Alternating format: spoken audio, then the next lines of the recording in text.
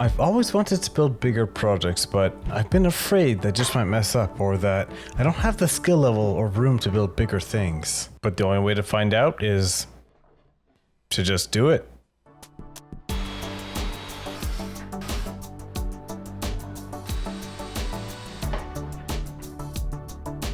Yes! Oh my god, yes!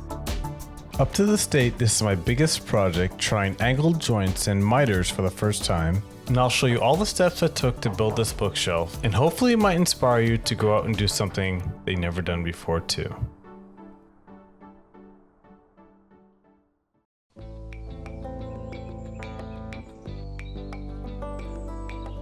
With the nice weather outside, I figured it'd be the perfect time to stay indoors and do some building. I'll be building this bookcase with mahogany wood I've had sitting around my place for the last 6 months. The only thing I have to do right now is just cut them down into smaller pieces, just so I'll have enough room to put them inside of my planer.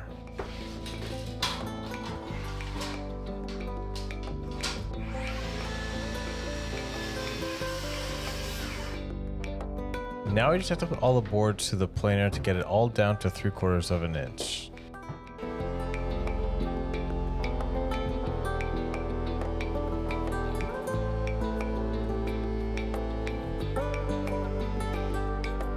Once I had all the faces cleaned up, the only thing I have to do now is to cut down the edges to get nice square boards. Luckily I planned out everything and I have all the dimensions I need for my boards and some rough sketches of drawings, and I had a lot of scrap wood left over from this build, so I might actually try and make a couple of those drawings. But now what I'm doing is just cutting down everything to its rough length and then attaching it to the sled on my table saw, and with this I can get a straight edge off of each one of the boards.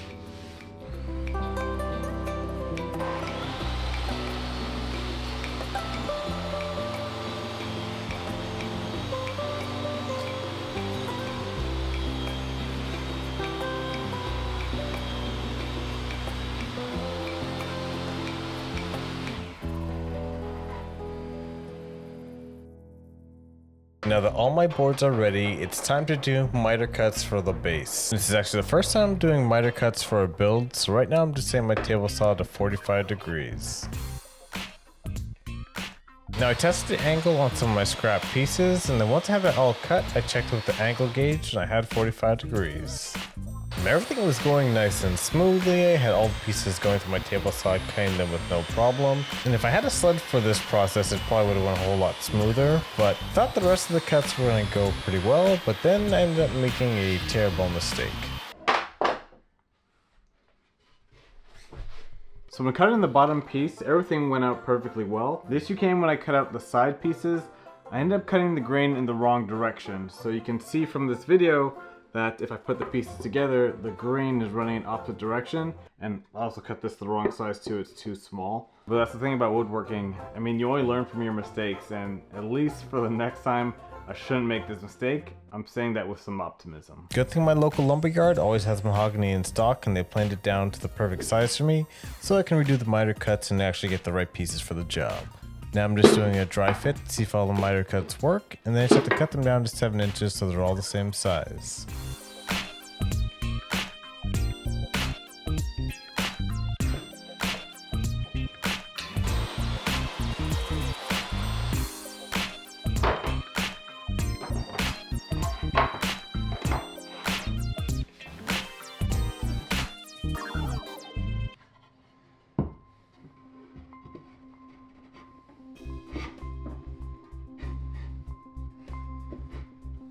Halfway through building everything, I got really excited, so I wanted to put all the pieces I had together just to see what it would look like so far. It only took me about 10 minutes to realize gravity is not my friend, and it's probably easier to do this on the ground. Now for all the pieces to stay up, I have to build this backing for it. Now all the shelves are going to be attached to this backing, so it's going to give the illusion that all the shelves are floating, but in reality they're just attached to the back, and this should provide enough support to make sure it doesn't topple over.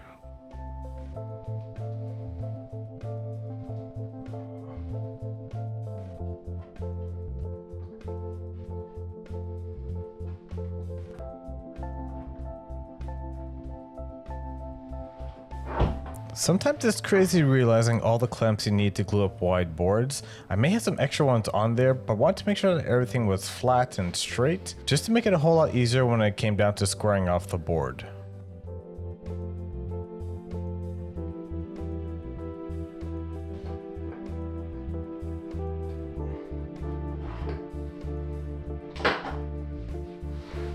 And all those clamps actually paid off. The board actually turned out really nice. I couldn't get the exact grain flow that I wanted with these boards, but I still think it turned out pretty good.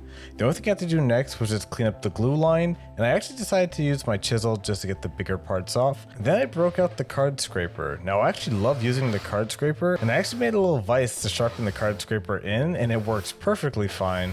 But it's such a satisfying process using this hand tool, and I'll definitely be using this scraper to finish off a whole bunch of projects in the future.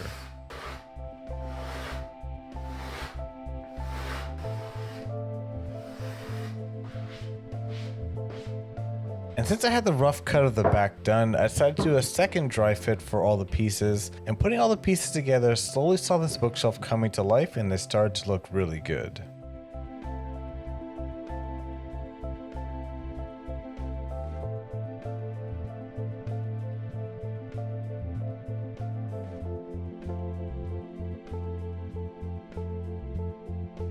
And the last thing to do for this part now is just to square off the bottoms of the bookshelf.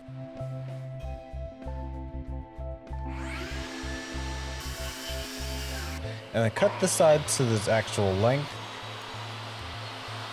And then I can start working on attaching the shelves to this piece.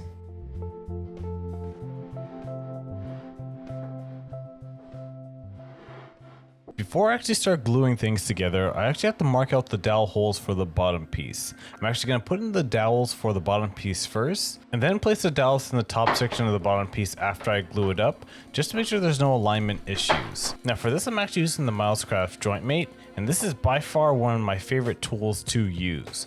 I haven't used many dowel jigs, but this one gets everything I need done and more. I actually bought the Joint Master too, but the plastic one is still so much better for me. There's so much versatility with this one, and I find it lines up the holes really well for the price point.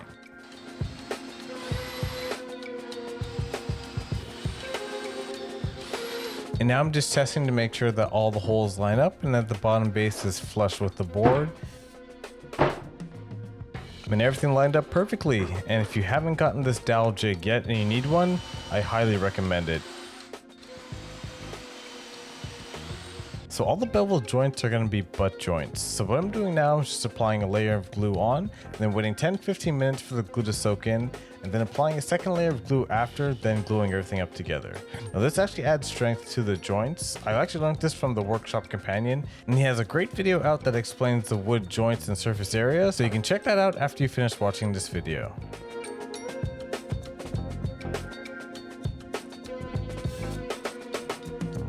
Now gluing this up was actually the most stressful glue up of my life. It took me about 20 minutes of knocking it with a hammer and using these ratchet clamps to get things right. But I'll spare you watching all that, and let's just assume that everything went swimmingly in this glue up. And yes, I can use the painter's tape. I actually set that up earlier, but then decided to take it off because I thought I didn't need it. Turns out I needed it. And here it is, my first time actually gluing up miter joints, and it turned out really well. There's actually just one joint that's not fully closed. That's actually on the bottom, so you'll never see it, and I brushed it over with the screwdriver, so everything looks fine to me. And now with this all glued up, all I have to do is just put in the holes for the top part of the piece, and with this done, the last thing I have to do is just focus on the shelves, and then apply some finish, and then my bookshelf will be all complete.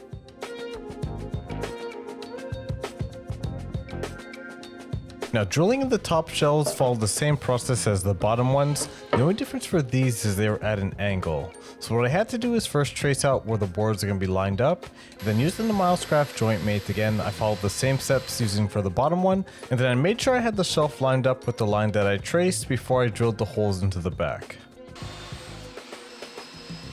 I was a little bit worried that the shelves wouldn't line up doing this, so I decided to test it out before I glued everything together, and to my surprise, everything lined up perfectly, and I can continue the same process for the rest of the shelves now.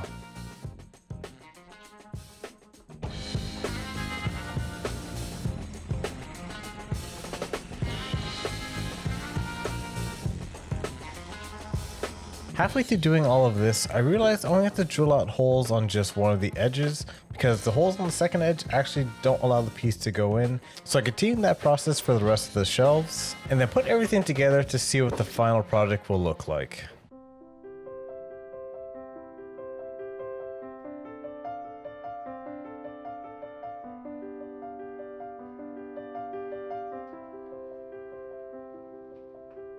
I was so happy with this build so far, I even started to put some of my books to see what they would look like. But putting in these books made me realize I was so close to finishing. So I cut my last shelf piece down to its final size and also the back of the board.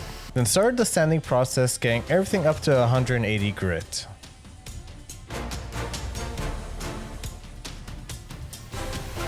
And now it's time to finally glue all the pieces together. What I'm doing is just applying glues to the dowel holes and then on the workpieces itself. And I'm leaving an inch of the workpiece unglued just to deal with wood movement of the back panel. I haven't dealt with wood movement a lot with all my builds, but I think leaving the inch in the space so the back panel can move should work out perfectly.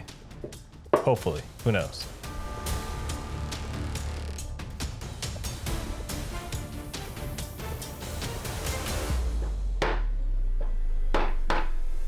So I was just worried about getting even glue pressure for this. So during my dry fit, I tested putting this wood block there and clamping my clamp down, and it gives almost perfect pressure all the way around.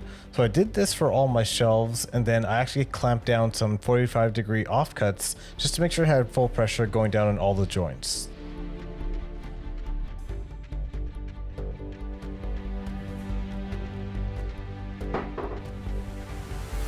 And with some of my offcuts, I made this little removable shelf so I can put it down in each one of the joints to get a nice flat surface to put things on.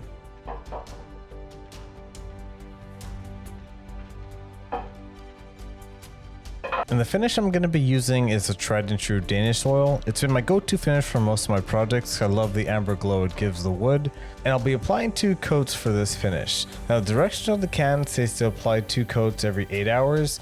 And then once applying a finish, I just have to wipe it off with a shop towel rag. And I'm going to make sure I get a new rag every time just to make sure it doesn't soak in a lot of finish.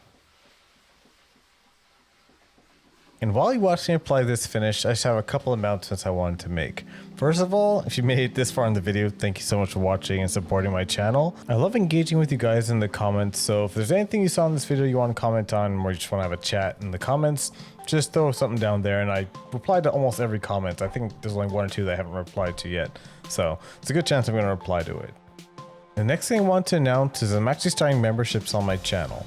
Now this is completely optional, it's just another way to support the channel. And then what you get in the memberships is behind the scenes videos, early access to some videos, photos and updates, and there's a couple more things I'm going to announce in the future. You should see it pop up on my channel in the next few weeks, so if you're interested in becoming a member, I'll probably have a membership video later on. And lastly, a few people have been interested in some of my builds, so I'm actually going to start selling some of the furniture I make. Now for this build here, I actually bought some black limba. I'll be making this exact same cabinet in the future. I'm just working on a new design for the legs. Now for this build, I actually used adjustable legs I found on Amazon, but for the next one, I wanted to have a little special character to it. So once I have the design for that, I'll probably make another video on this in the future. So stay tuned for that one. It'll give you more information on how you can actually purchase this piece. And this design actually came from Google. The person I'm giving this bookshelf to actually chose this one from Google, and I wanted to see if it was even possible for myself to make it. And to my surprise, it actually turned out very well. I'm really happy with this build and they're extremely happy with it. They have a place to put down their books. And here's what it looks like in the end. My first ever large build, the bookshelf made out of mahogany wood.